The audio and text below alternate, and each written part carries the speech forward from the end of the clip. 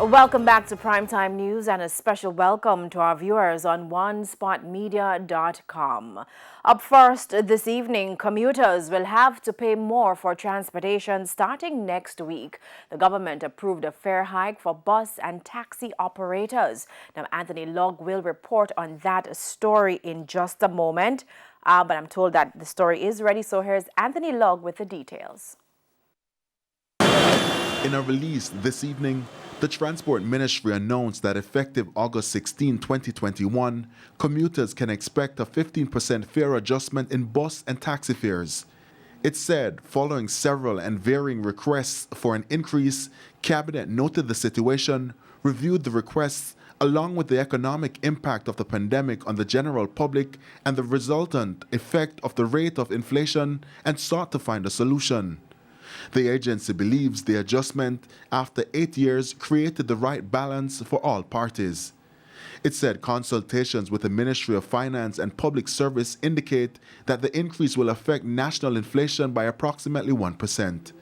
The rate for the elderly, the disabled, and children will remain at 50% of the adult fare. There will be no change to the fare for the JUTC and Montego Bay Metro.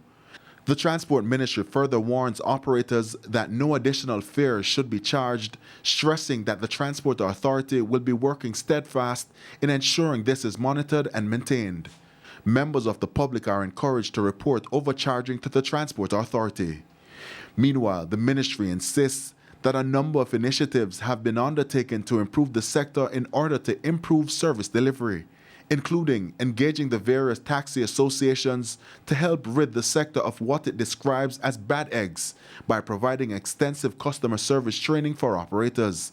Additionally, it says, the recent staging of the Transport Stakeholders Conference, the establishment of a hotline to report deviant behavior, which may result in the cancellation and suspension of road licenses and badges.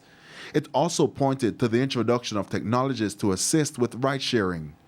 The release further states that while these improvements may be considered small steps, they are steps in the right direction. The ministry further outlines that amendments to the Transport Authority Act are far advanced, as well as the regulations to the Road Traffic Act 2018. Anthony Logg, TVJ News.